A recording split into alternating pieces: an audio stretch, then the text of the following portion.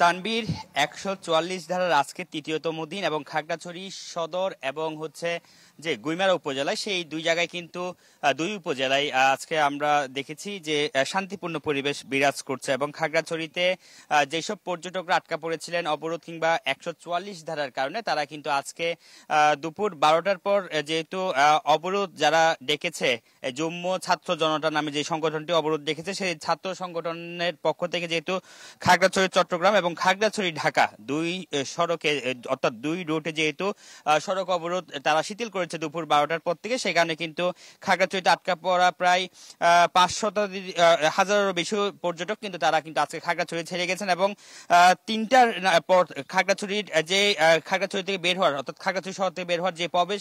বের হওয়ার পয়েন্ট রয়েছে জিরো মাইল এলাকা, সেই জিরো মাইল এলাকা থেকে ৩টার সময় তারা কিন্তু চট্টগ্রাম, ঢাকা, ফেনী সহ দেশের বিভিন্ন অঞ্চলের উদ্দেশ্যে তারা কিন্তু খাগড়াছড়ি ছেড়ে গেছেন। এবং আরেকটি তথ্য জানিয়ে রাখি, সেটা হলো সাজেকে যেসব পর্যটকরা কিন্তু আটকা ছিল না এতদিন, প্রায় ৫ শতাধিক পর্যটককে কিন্তু আজকে সকালে তাদেরকে পুলিশ, সেনাবাহিনী সহ অন্যান্য আইন শৃঙ্খলা বাহিনীর বিশেষ নিরাপত্তা তাদেরকে খাগড়াছড়িতে আনা হয় এবং খাগড়াছড়ি থেকে তাদেরকে কিন্তু বাহিরে তাদের যার যার গন্তব্যে পাঠিয়ে দেওয়া হয়েছে। এবং আমরা আজকে সকাল থেকে সারাদিন ছিলাম গুইমারার যে রামসু বাজার, সেই রামসু বাজার আমরা দেখেছিলাম যেসব ক্ষয়ক্ষতি হয়েছে সেই সব এলাকায় কিন্তু এখনো অনেকটা থমথমে পরিস্থিতি বিরাজ করছে সেই রামসু বাজারে। তবে আইন শৃঙ্খলা বাহিনীর সদস্যরা মোতায়েন রয়েছে, তারা বলছেন তারা পরিস্থিতি স্বাভাবিক করার জন্য কাজ করছেন। আমি এখানকার পুলিশ সুপার তারপর হচ্ছে জেলা প্রশাসক সবার সাথে কথা বলেছি, তারা বলছেন তারা যাতে একটি শান্তিপূর্ণ পরিবেশ বিরাজ করা যায় সেই লক্ষ্যে তারা কাজ করছেন এবং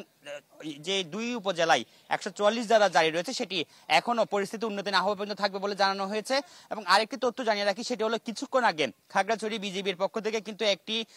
সংবাদ সম্মেলন করা হয়। সেই সংবাদ সম্মেলনে কিন্তু তারা বলছেন যে আইন শৃঙ্খলা পরিস্থিতি স্বাভাবিক রাখার জন্য তারা সব ধরনের কার্যক্রম চালিয়ে যাবেন। এ ছিল আমার কাছে খাগড়াছড়ি থেকে ১৪৪ ধারা এবং